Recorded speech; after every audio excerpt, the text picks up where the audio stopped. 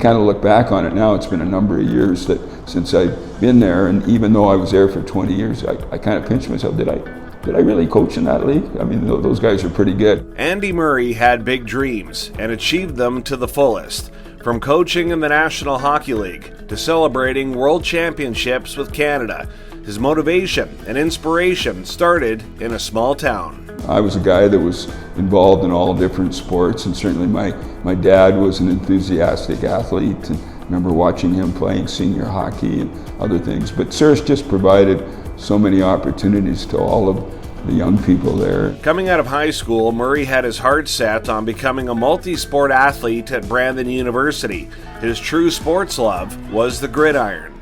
Truth be told, I actually enjoy playing football more than I enjoy playing the game of hockey. Football is just something that the contact and the aggressiveness, and I was a fairly aggressive hockey player too. As a Bobcat in the early 1970s, he played for two Wall of Fame coaches, in Jim Mann for hockey and Doug Steeves for football. When you're in a small town and you've got somebody like Doug Steeves walking into your school, it's pretty special. And then Jim Mann, my dad had played against and played with Jim Mann a long time ago, and so I knew the name and knew what he had done in the game of hockey. So to have the opportunity to be recruited and then to play for him was special. He would later transition behind the bench at BU and guided the Bobcat hockey team to a league title in 1980-81 while being ranked number 1 in Canada.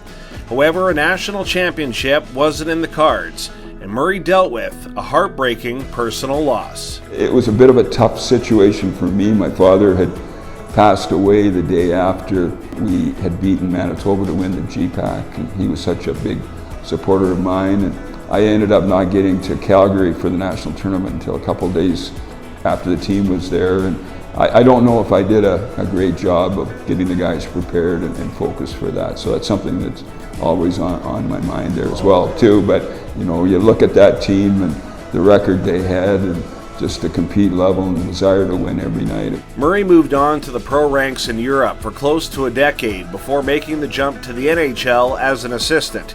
In 1999, he was appointed the top job with the LA Kings, and Murray got to rub shoulders with Hollywood stars. The first game we played at home was in the new Staples Center, so we opened that up, and you look down to your left, and you know, you've got Kurt Russell and Goldie Hawn sitting on the seats right beside you. You got Tom Hanks and other people there. Now, they were around the dressing room after the game and so on, and I maybe shook their hand and said hi to them, but it was just, you were so focused. Usually after a game, you were worrying about the next game, so you didn't have much of a chance to relate to them. Murray also had significant international coaching assignments and won 3 gold medals with Canada at the Worlds in 1997, 2003, and 2007.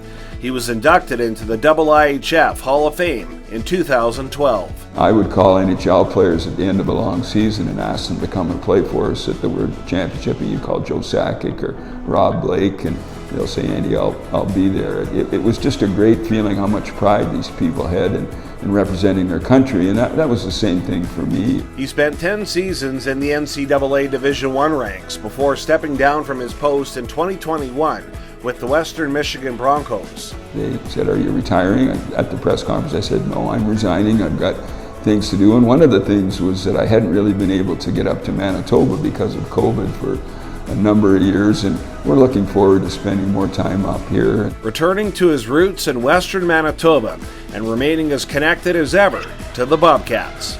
Seeing the success of the program, the volleyball and basketball and soccer had a great year last year as well too. It's just fun to come back and walk the hallways, and some very nostalgic for sure.